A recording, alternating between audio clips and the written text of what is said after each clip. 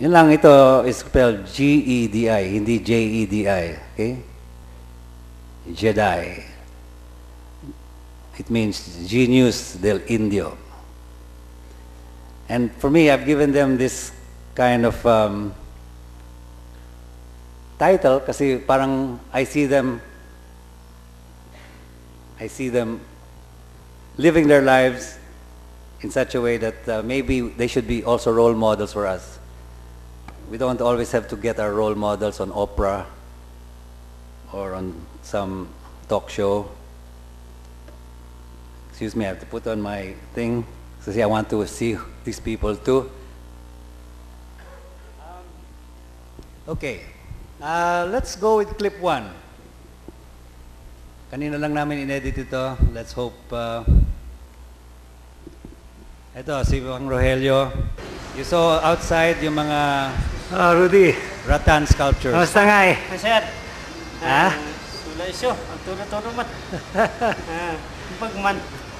Napintastic kalugo mo. Kasla ka nga Michael Jackson.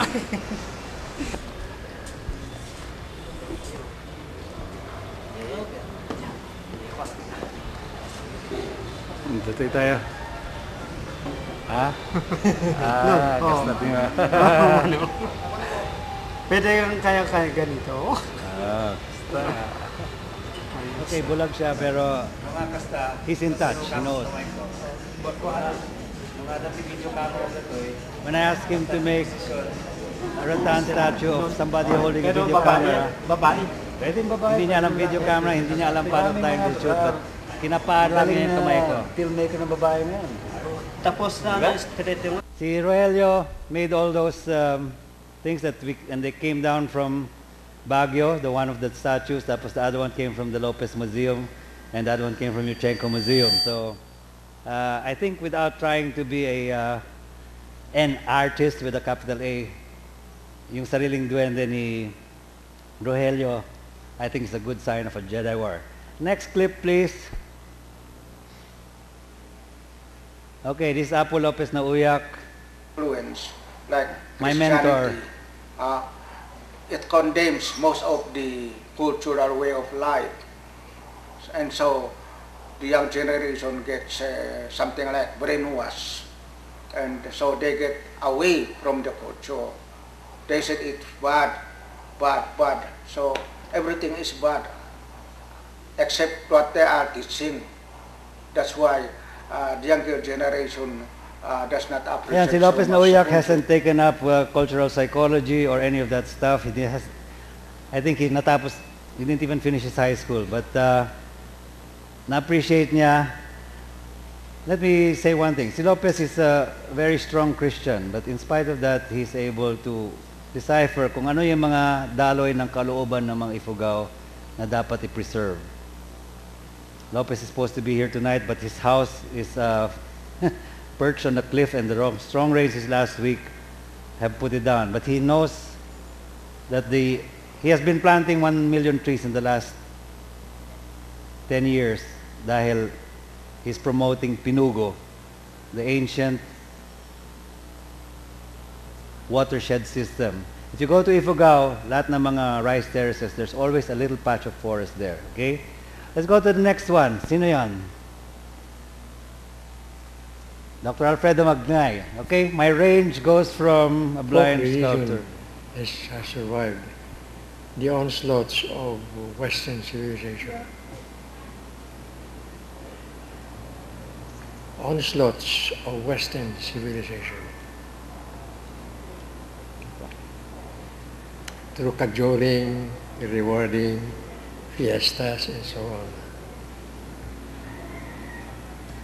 They have tried to win us from our folk religion, but no success.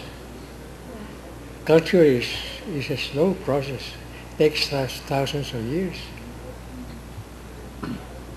Si Dr. A few hundred Magnay years, that's nothing. is a Harvard graduate. You know why? Because you imbibe your mother's milk. You imbibe your mother's milk. Yeah. What's interesting about him is that he has this veneer of Western education, pero dumaloy rin siya sa sikulyong Filipino. He was able to balance his Western education, and he's a brilliant mind, pero not only sa level ng Western thought, pero pati sa pag-intindi niya sa psyche ng Filipino. Okay, next. Sino kaya ang next natin? I don't remember.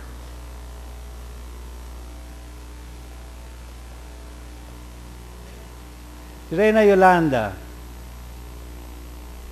She's the head of isang kapatiran that lives in Tuguegarao. Like many kapatirans, they look at Rizal as isang Diyos or a second Jesus Christ. Pero more than that, what's interesting about si Reyna Yolanda is kalikasan ang nasa sentro ng kanilang folk religion. No? When I'm with them, parang time warp. Parang yung salita nila, para akong nasa time ng mga katipuneros. Next, what's next? This is not a usual lecture, okay? This is not a PowerPoint kung anong dumating. Ayan, this is Mendong Sabal. She just passed away. She has stuck out to her culture in spite of the temptations of being involved in our current culture. And our next one is... Fear is the path to the dark side. Fear leads to anger. Anger leads to hate. Hate leads to suffering. Careful you must be when sensing the future, Anakin. The fear of loss is a path to the dark side. Death is a natural part of life. Oh, surprise! Akala nyo, anti-foreign si Kidlat Tahimik. Well, no. I think there are still some good Hollywood films that even will allow some wisdom to come through, which jives with ours. Why not? I'm not afraid to opsit, loxit, also Yoda. I hope the academics here don't think I'm pulling their leg. I just like that rhyming, opsit, loxit, pusit, opposite.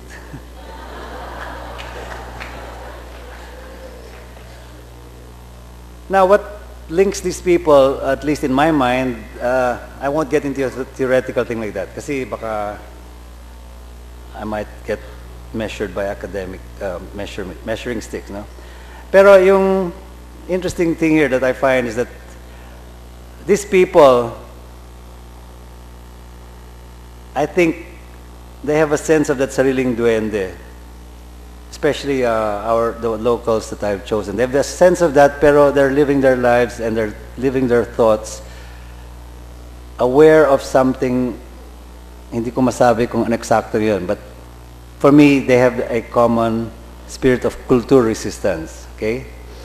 Maybe it's something akin to the tema in Star Wars, yung to slay the Vader, to slay the Father. And maybe in that sense, if we recognize those sides of culture influence from dominant cultures that invade us, baka without even hating the people who did it, just ko lang, allowing ourselves to say, hey, magaling rin yung kultura namin. We can look at you in the eye, whether you're a World Bank negotiator with an MBA from Wharton, or whether you are a athlete in the Olympics, hindi ka na kakaroon ng complex na ito mga dayon mas magaling sa atin. We have to slay that father, I think, culturally. And in this sense, I think these people embodied some kind of that. Again, I think scientific proof I cannot do. These are impressions. I think you have to accept my subjective choices in my gallery of Jedi, okay? Among others that I would have included here were Francisco Sarao, who adapted the vehicles of war, the jeep, into vehicles of life, which until today support us and carry us through life, okay? In spite of the carbon dioxide and big carbon print that they do. Okay. Now let's see. Kinakapa ko lang itong lecture na ito. So I know the Plaridel organizer are probably nervous because they asked me, please, your lecture has to be publishable. I promise you, Dean Roland, I will have something publishable from this. Maybe I'm creating a skeleton by this kapa-kapa method, which is one of the principles of Sikulyong Filipino, as Dr. Enriquez and Dr. Lagmay would say, kapa-kapain mo yan at you will get closer to that null hypothesis or whatever. Okay. I want to now relate this to that sariling duwende we're talking about now. Is this sariling duwende something mystical like Yoda or some of those in the recent Hollywood films? No. Sariling duwende is something that exists inside you and me. Sariling duwende is a unique frame that we have of the world. Only you can do that, has a view of that world. And if you're an artist, if you're a filmmaker, you're a writer, you are a sculptor, you're a theater director, it is your sariling duwende which will create that unique work, okay?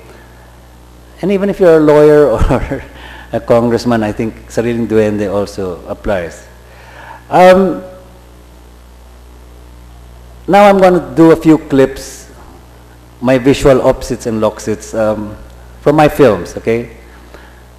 I don't think I came to that term, yung sariling duwende, until the last 10 years. I think some of my students here, like Yason Banal and, well, I don't see them all here, but who's floor director here, I have used that term. It's a way to awaken in the artist a sleeping typhoon. No? That's a line in my film, "A sleeping typhoon must learn to blow again."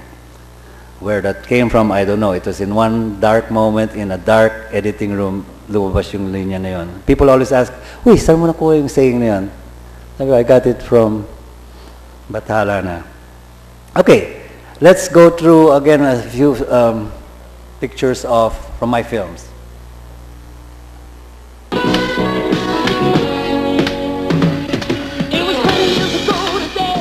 Dahil sa biglang kita galing sa German madam, natupad din ang matagal na naming pangarap. Naikabit ang kubo namin sa daloy ng kaunlaran. Nabuhay si John Lennon sa kubo namin.